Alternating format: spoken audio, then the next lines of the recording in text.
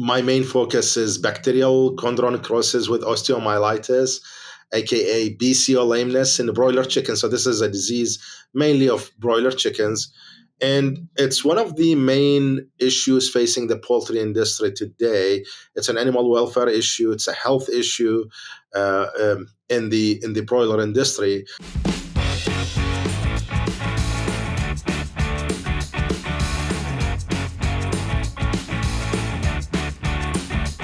Welcome to the Poultry Podcast Show.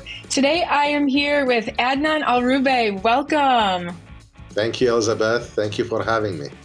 I'm very excited to talk to you today about some different topics. But first I want to hear, how did you get into the poultry industry? I was involved in the chicken business since I was little. I was actually raising broilers and layers for my family when I was in Iraq. So when I was in elementary school, when I finished school, just go back and feed my birds and get some eggs. And, if we get guests, then I'm the one who's going to get some of those birds to the table eventually. But I loved working with chickens. And when I had an opportunity to join the veterinary school at the University of Baghdad, I did and graduated in the year 2000, 3 years before the war. And got my bachelor in veterinary medicine. So I'm originally a veterinarian, but I never practiced. And then came to the University of Arkansas to study in the poultry business and eventually graduated in 2013. And I've been working on a variety of different chicken diseases since that time. Oh, that's really neat. So what was your kind of pathway to the job that you have currently? So I finished, as I said, in 2013, got my PhD in cell and molecular biology, also got master's in science education. And then I was hired as a clinical assistant professor, research assistant professor, and eventually joined the Department of Poultry Science as a tenure track assistant professor in 2021. Very cool. That's awesome. One of AB Vista's core strategies is to give customers the flexibility to do more with less, which is a common theme among many companies and producers in today's industry. As a science-driven company, AB Vista has proven results to help our customers achieve optimal performance using customized programs with our core phytase and xylanase.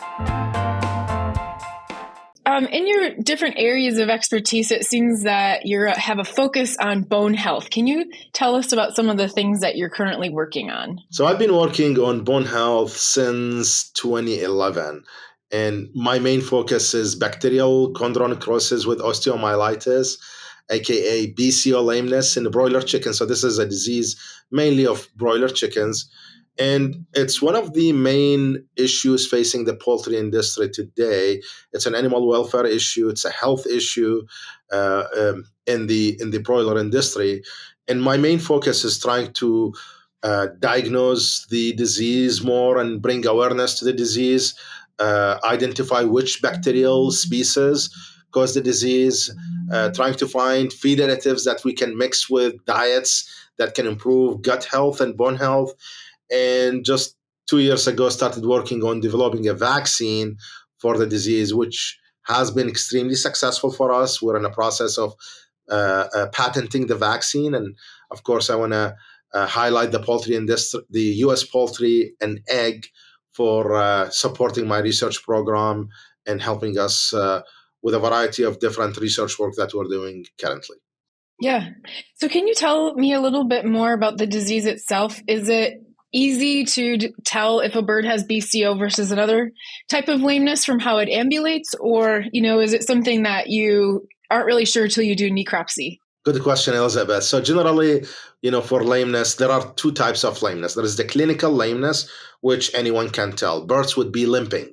It's like humans, if you have an issue with your foot or leg and you would be limping, or if you have a cast on your leg and you're limping, any issue simply will cause limping. And for us, for the most part, we can diagnose this, and I can, currently I have 6 doctoral students working under me and 2 masters and 9 undergraduate students. And the way I train them on how to diagnose this is simply we have birds and we try to walk them inside the pen. So we carry a broom and we just move those birds around. And the ones that are limping are lame birds.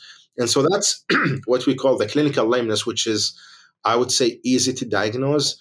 The other form is the subclinical lameness, which is not so easy to diagnose. And unless if you cut the bird and look into the bones, you won't be able to diagnose it. And so in my research program, we look into both types, the clinical lameness and the subclinical lameness, trying to find easier ways to diagnose bacterial species that cause lameness. And I'm a microbiologist by training, but also partly physiologist working on, again, the bone physiology, trying find better ways to improve bone health. I think it's important that we bring this up more and more and try to educate people about lameness, because the issue with lameness is that it won't happen at the earliest stages of development. It will happen when birds are mature. So you're spending all this money on feed and management and chicks and vaccination, and birds are 40 days old and they become lame. Those birds must be condemned. You cannot use them. So you spend all this time, all the money on those birds, and eventually you will have to condemn them. And it's financially draining for the industry, because usually lameness happens somewhere between 3 to 5% in birds, and those birds must be condemned. And subclinical, we even have more. So what we're trying to do is simply first bring this more to the attention of the industry, and generally the industry realize that this is a big issue right now. And also we're trying to help them find ways to mitigate lameness. And again, part of our job as research professors here, on a university campus, is to try to dig deeper and dive more into the etiology and how we can reduce the incidence of BCO lameness in broiler chickens. Yeah. So what are some of the kind of like the big ideas or the big things that you found over the last 10, 15 years since you've been researching this lameness? Has the incidence increased? Has it been steady? Or are there any kind of different thought patterns that you have now since you've been in the area for so long? A really good question, Elizabeth. Thank you. So one of the things that I've been noticing, for the past 10 years, is that the incidence of lameness first fluctuates. Sometimes it's high, sometimes it's low, but also it depends on sometimes the producer themselves. Are they taking care of the birds? Are they improving the hygiene? Are they providing feed additives, probiotics, prebiotics in the feed? Are they looking more into gut health and bone health and the immune function? So I see, producers that really pay attention to the little details on how to manage birds, how to improve their gut health and improve their bone health. Those are the producers that will see less lameness eventually. For us, again, our main focus is not just the diagnosis. And so I've been doing not just research here. We're fortunate to have the poultry research farm, part of the Arkansas Division of Agriculture, and then this is where we have our facilities and do research. And so we try to diagnose bacterial species that cause lameness. And there is a long list of bacteria that cause lameness. We published on them and they are available online, but the list is really long. It depends on which region you are. And even if in the same farm, sometimes you'll find few bacterial species that are more dominant and some that are less. And so our main focus is not just the diagnosis in the field. And I've been doing some necropsying sessions for some of the poultry producers, trying to highlight this issue and showing them how to really diagnose lameness and how to check the bones. And we have a chart where we have different stages for lameness. So from less severe to more severe. Lameness affect two main bones or three main bones, specifically femoral heads and tibial heads, and also what we call the flexible thoracic vertebrae number 4, which causes a famous disease condition called kinky back in the industry. So again, the field diagnosis, microbiology diagnosis, plus we've been focusing on feed additives. And I've been doing research and using feed additives from a variety of different companies that provide us, fortunately, with these probiotics, prebiotics, and symbiotics. And we try to mix them, give them at different times, give them at different concentrations, and then mixing them with each other, see which one of them can help reduce lameness. And as I said, eventually, what we're hoping that we can do is develop a successful vaccine for lameness, which I think the vaccine in combination with feed additives can help us reduce the incidence of lameness into a much lower levels. Yeah. So have you seen any, I guess, major changes to the incidence of lameness, or is it overall just related to we're growing more birds and so we have more potential lame birds just because overall the bird census is much higher than it was even 10 years ago? Just a quick historical overview. Birds used to deposit 25 grams per day back in the 1960s. Mm-hmm. With lots of genetic improvements and feed improvement and management improvement. And we know more about chickens nowadays. Fortunately, we have birds that we can simply feed a bigger population. Nowadays, we have over 8 billion people living on this earth, and they need meat source. And chicken meat source is reliable, it's healthy, and it's also affordable compared to other types of meat. And so you want to feed this large population, and you can rely on other types of meat. But the nice thing about chicken meat is that you can simply grow birds to a marketing age in 40 days, 40 to 45 days. So they grow really fast, and it's reliable, it's healthy. And so at the end of the day, we have more birds. Today, there's an estimation that the world produces 25 billion birds annually. We produce 9 billion of those birds here in the United States. We are fortunate here in the great state of Arkansas that we produce 1 billion of those birds. So we produce lots of birds here in the US. And of course, with more birds, larger population, there will be more issues. And this is one of the issues that we're facing. I think, with more paying attention to management practices and feed additives. Of course, many people may not know that we are not allowed to mix antimicrobials or antibiotics with feed. So the main focus is on feed additives, which is either using probiotics, which is simply healthy bacteria. So if you go and buy yogurt, it has the healthy bacteria like lactobacillus. Or you can use feed additives like minerals, like zinc or calcium or vitamin D. Or there is a group of minerals that you can add that can improve the gut health, bone health, immune function, and eventually, if you have healthier birds, there will be less lameness. So in general, again, there is a larger poultry population. We tend to see more issues, and BCO lameness is one of those issues. And of course, again, poultry industry worldwide, they are really good in paying attention to those issues. So we usually see lots of producers and who reach out to us asking us for tips and for help so we can help them reduce this. And I think us as scientists, together with the poultry industry and feed producers and nutritionists and immunologists, everyone combined, we can reach to a point where we can reduce not just lameness, but many of the other diseases that face the poultry industry today. So management is key. I guess turning over litter, having dry litter, maybe paying attention to some of the other diseases that are going through. And it looks like maybe vaccines are on the horizon, but what are some of the best feed additives right now? I mean, brand doesn't matter, but kind of type. So are probiotics one of the better defenses, or do you have some other ideas for other sorts of additives? So management practices like what you mentioned, again, litter is one of them, of course. There are diseases, actually, if you say you have a flock and this flock, they started showing some respiratory tract infection or gut issues, like they have diarrhea, for example. Those kinds of diseases can impact the gut health. So in the intestine, we have what we call intestinal tight junctions. They are sealed like this to prevent the bacteria from leaking from the gut to the bloodstream.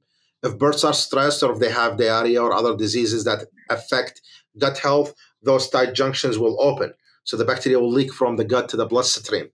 Again, respiratory tract health is really important. But in general, and for the past few years, we've been trying different feed additives. Our focus is to try different feed additives, and I'm actually focused now on mixing feed additives. So probiotics are helpful. Prebiotics are helpful.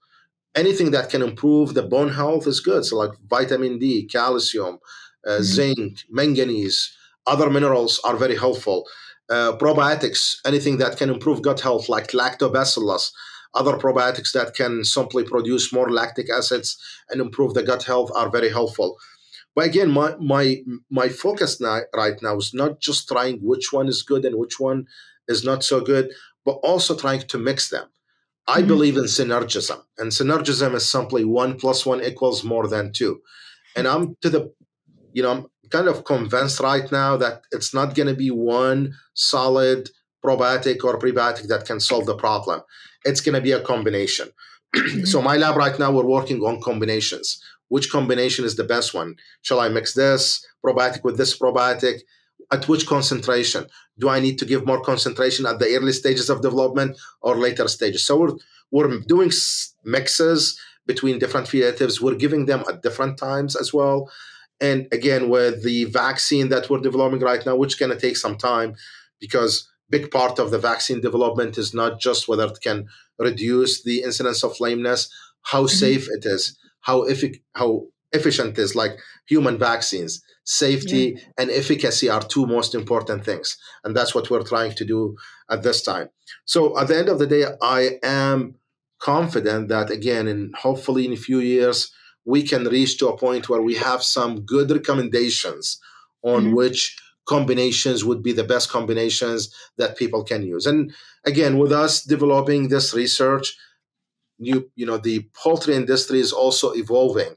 Plus, companies that make those probiotics and prebiotics, they are widespread worldwide. And so my lab is currently working with multiple of these producers and trying to find what good combination would work. And at the end of the day, having the right combination, and again, together with the vaccine, and having the poultry industry with us on board, which again, I'm very thankful that the poultry industry is always open to suggestions and they are open to discussions. And so we go usually to conferences like PSA, IPPE, and we meet with poultry producers, we meet with other scientists, and those are really good avenues for us to share our research, learn about other people's research, and also meet with poultry producers and companies that produce feed additives. So do you have a feeling, are the incidences of the lameness in like the breeding population, are those the same challenges that we're finding in the meat bird or the growing population? Or do you think there will be eventually different strategies just based on the use or the type of bird? We generally deal with the end of the production line. We don't deal as much with the breeder population. As you may already know, dealing with breeders with breeder lines is a little bit more expensive. And unless we can say 100% that this feed additives or those feed additives are working really good and they are showing some impact, it will be hard to convince the poultry industry to use them, which I agree with them, because those breeder lines are very expensive. So it's going to be a lengthy process, because what we're doing right now is dealing with the end of the production line, the broiler birds that are simply in the market, and trying to see if we can find a good combination. And as I said, always positive and happy to deal with the poultry industry because they are open for discussion. So if we have some good data that we can share with them, I'm sure we can reach an agreement with them on at least trying them limited way, because you cannot just simply go really wide scale. You have to start with limited number of birds, or maybe one house, or maybe one farm, and then take it from there and just make it commercial. So I guess just with some of the different, you mentioned there's different bacteria and things that different concentrations or combinations that might impact a bird based on where the bird is in the United States. Do you have kind of a general sense of the different types of bacteria that might affect a bird in the South versus, I don't know, maybe the Midwest or the North? Is this temperature or kind of, humidity and those sorts of things? Or is it just location based, like on farm to farm? It's all of these, but generally, again, there are certain bacterial species and in general genuses that you can find nearly everywhere. So like you go to Europe, you'll find Staphylococcus aureus as one of the microorganisms causing lameness. You come here in the US, we have Staphylococcus aureus as one of the microorganisms causing lameness. Same for example, Enterococcus cecorum, which causes kinky back here in the US, Europe, or elsewhere. So there are some microorganisms that are linked to BCO lameness that you can find them everywhere. But there are certain species that may be limited to certain areas. For example, if you have a farm with 5 chicken houses, and one of those houses will start developing some more lameness cases, and you go to that house, maybe able to find E. coli, and you finish this group of birds, and then you're starting with your next group of birds, and then you start seeing more E. coli cases, which might have spread from house to house through a variety of different ways.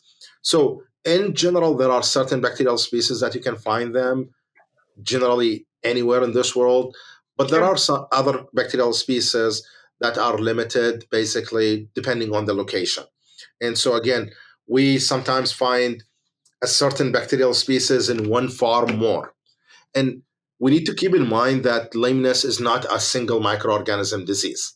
Many people that I spoke with think it's just one microorganism disease, which is incorrect, because every single time we culture, so what we do is simply when birds go lame, we cut them aseptically, we get those bones aseptically, no contamination, we culture them. And it's really hard to find a single species of bacteria that cause lameness. Why? Because, of course, those birds, when they hatch, they come with their own microbiome. So they have their own microorganisms. And sometimes if they face immune suppression, those microorganisms can cause lameness. And depending on the severity of lameness, you can find maybe 3 species, 5 species. Sometimes we even find 10 species in the same bird. So when the bird is infected and they have lameness, it's rare to find only one bacterial species. Usually it's more than one species. But again, as I said, the list can go on. And if you just write lameness in chickens online, you'll find all these nice papers showing bacteria A or bacteria B or C. The list is very long, but the pathogenesis is quite a bit similar. And I can talk about the pathogenesis if you would like to in the next question. Oh, yeah. Sure. Yes, I would love to hear more about that. So generally when, again, birds are stressed, that's going to affect the intestinal tight junctions. And this stress can come from birds getting lame, birds getting sick, or maybe they have an immune suppression due to other predisposing diseases. Maybe, again, they are born out of the egg. They hatch and they already have some more bacterial contamination. Contamination can come sometimes from the breeder line, sometimes can come from the hatchery, sometimes after hatch. So the list, there is not a single way to categorize or describe the disease, but it's a complicated kind of metabolism where birds simply are growing. They can get the infection, what we call vertically from either breeder line or from the hatchery, or sometimes it's horizontal where they get the infection from the environment they live in or from other birds that they are in touch with in the same house. And so if there is a stress, and I mentioned a few minutes ago, like we went to a facility where, the flock had another disease, respiratory tract disease, and sometimes it was a gut health disease. Both of those that can predispose to lameness, and then just all of a sudden, after you cure the respiratory tract infection or the gut infection, all of a sudden you start seeing more and more lame birds.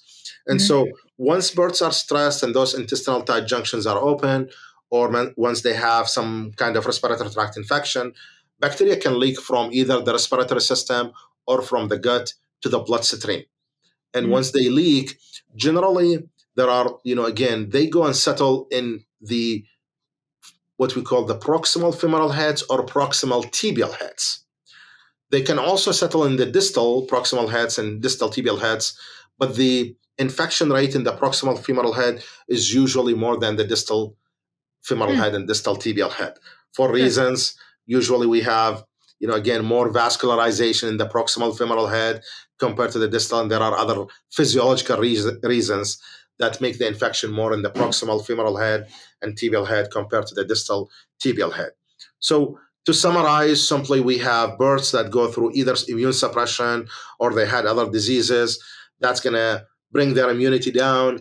It's going to open the intestinal tight junctions. Bacteria can leak from the gut or from the respiratory system to the blood. They go settle in those microfractures in long bones and start eating the bones, causing what we call, again, bacterial chondronecrosis with osteomyelitis. So when we talk about treating or managing this disease, and it occurs from maybe 3 to 5% of the birds overall, is it the ultimate success would be 0%? But what are some benchmarks that you use when you're evaluating a product or combinations of product? Is a 0.5% significant? Do you have to reduce by a full percent? Like what are your benchmarks that you're using to evaluate the products? That's a good question, and that's a really big part of what we do on a daily basis. So generally, as I said, and like what you just mentioned, the incidence is between 3 to 5%. I can tell you right now, it's impossible to bring it to 0%. Regardless of what we do, we can make all these big statements about we can reduce it to 0%, but that's incorrect. There is no way we can bring the incidence of lameness to 0% because we're in a battle with those bacterial species. We're trying to beat them, but keep in mind, bacterial cells, they are so smart and they have their own ways of trying to fight back. So it's not like we're trying to beat them and they are just sitting there and waiting on us to beat them. No, it's a battle between us and them. They will fight back. So for us, what we would like to see is, and I would be very happy to see this, is if we can bring lameness to around 1%, 1 to 1.5%. Sure. That's, again, from 3%. That's reducing it by 2/3, which would be great. And I am personally optimistic that we can reach this goal in a few years. There are so many different products, and I can tell you this, market is full with so many different products that are really promising. And the more I read about them, I'm more fascinated by their mechanism of action. And for us, before we try any product, we look into the mechanism of action of that product. See, is it affecting bone health, gut health, immune function, or is it 2 of them, or is it the 3 of them? So the more we can hit those 3 targets, my targets are, again, gut health, bone health, immune function. Those are the 3 targets. If we can, the more we find products that can hit those 3 targets, the better for us. We can reach our goal quicker. So again, as I said, a big part of what I do is, again, as professors, we write grants and we get funding. So there are multiple companies I'm working with currently. In fact, I'm running a trial right now in the farm. We're starting another trial tomorrow. And all these trials are helpful in getting us closer to our goal of reducing lameness to a safer level to chickens. And it's not just about the financial aspect of lameness, because again, if you're raising bird 40 days and eventually you have to condemn them, that's just too much money. And the more birds you lose, and as a producer, let's say if I'm a producer right now, I'm losing all these birds, I want to make profit. How can I make profit if I'm losing more birds? So the goal is to help producers lose less birds so they can simply make profit out of the healthy birds that they can sell eventually. So at the end of the day, with all these combinations, our goal is to find a combination that is very helpful in, again, the 3 factors: improving gut health and tight junctions specifically, improving bone health, and improving the overall health of the bird, the immune function. So birds, if they have strong immunity, they can fight more. Us humans, you can bring 3 individuals living in the same environment, but one of them can get sick more often, and we all have kids, and sometimes you have this one child that gets sick all the time and others are not getting sick. I personally have 3 children myself, and being through this, you have this one child that you're giving them the same exact diet, same exact food, and same environment, living in the same house, but one of them is more susceptible. Same for chickens. Some birds are more susceptible because their immune system is not as strong compared to others. But the goal is if you make their immune system stronger, if you improve their gut health, if you improve their bones and make their bones stronger, they can fight this BCO lameness, and simply, hopefully, they can win their battle. That's really interesting. The individuality component will always be there. Yep, always. So is there anything on the subject today that we haven't talked about that you feel would be important for someone to understand kind of the, complexity of the problem or maybe some of the current solutions? We don't want people to be scared from the issue. I mean, again, it's an environment. So chickens are not living in a clean environment, even though many people would like to think this way. Birds are living in outsides, like us, humans living in houses where we have air filters that we change from time to time and making sure the environment is clean. It's different with chickens. You have litter, correct? There will be lots of dust. They are exposed to the outside environment because you have tunnel fans and you have cooling pads and you have an environment. So those birds are exposed to a variety of different factors. Plus, when they hatch, they are not sterile. So, they will have their own microbiome. So at the end of the day, birds will get sick. Our job as scientists is to help the poultry industry fight this BCO lameness. It's important for people to understand that, again, like humans, we get diseases. And what we do is just simply try to find ways to overcome those diseases. And that's exactly what we're doing in the chicken industry. Poultry industry is doing an outstanding job on every single level, trying to provide people with healthier birds on a daily basis. We are helping the poultry industry.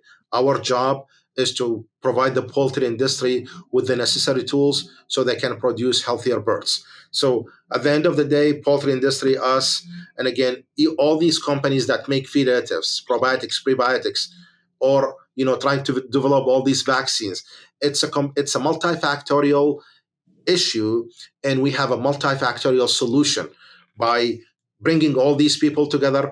We talk a lot, and also I want to mention that in this June, we're going to have, and I've been working on this for years, but finally it's coming to see the light.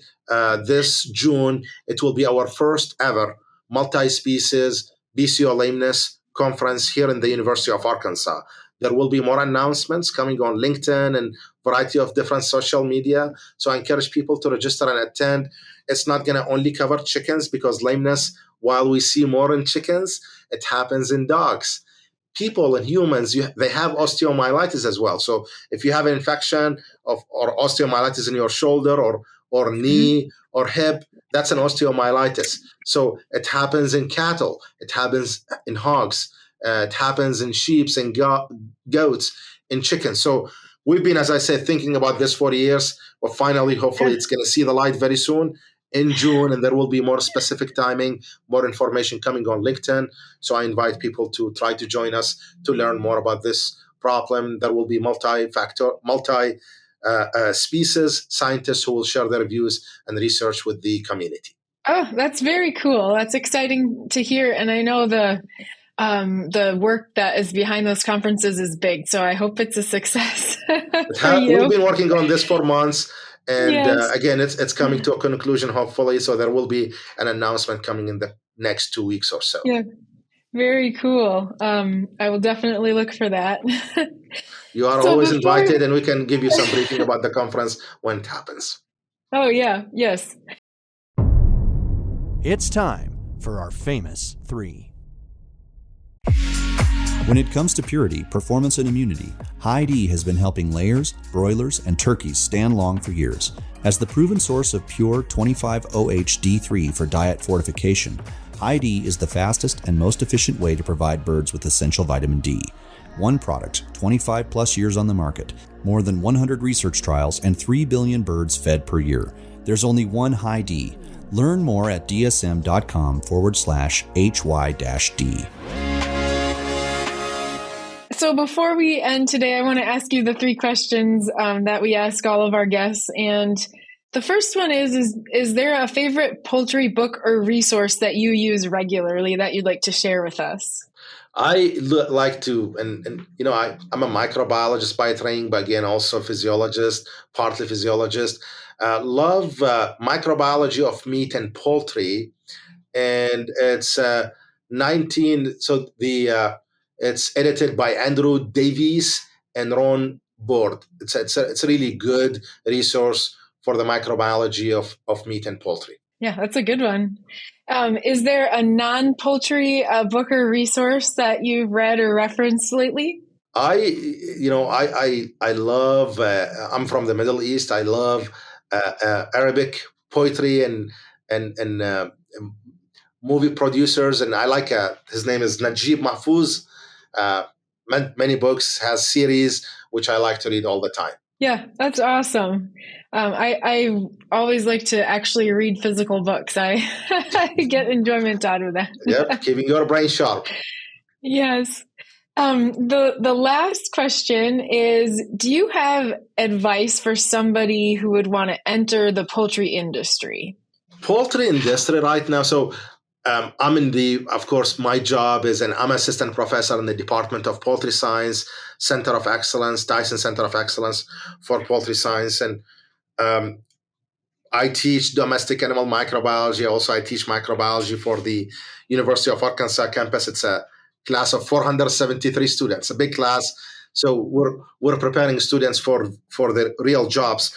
But for those students who would like to pursue poultry work or join poultry departments, we currently have 6 poultry departments in the U.S. We're one of them here. Of course, there is in Georgia, North Carolina, and Auburn, and other universities. There is one in Texas A&M as well. And so the hiring rate for those students who finish poultry science is 100%. And there are not so many students know about this fact. So if you want to get a job right, soon after you finish your degree, you need to get a poultry science degree. And again, we have 6 poultry science departments in the U.S. I'm here in the poultry science department at the University of Arkansas.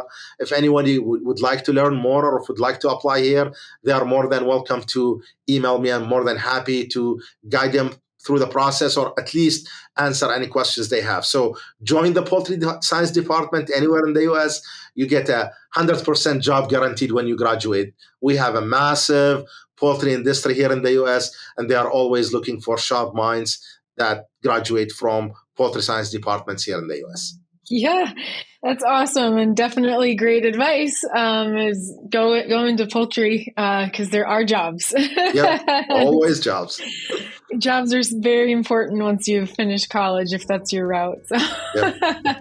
Totally agree. Well, thank you so much for talking with me today. I've definitely learned a lot, and I really enjoy watching people get excited about their area of research. So I want to thank you again for taking the time to talk with me, and also I want to thank you for sending the invite. That's a pleasure, and always sharing what we do with the community and with the poultry industry is important. It's a big part of what we do. Again, thank you so very much, and I look forward hopefully to meeting with you in the future. Yeah, you're welcome.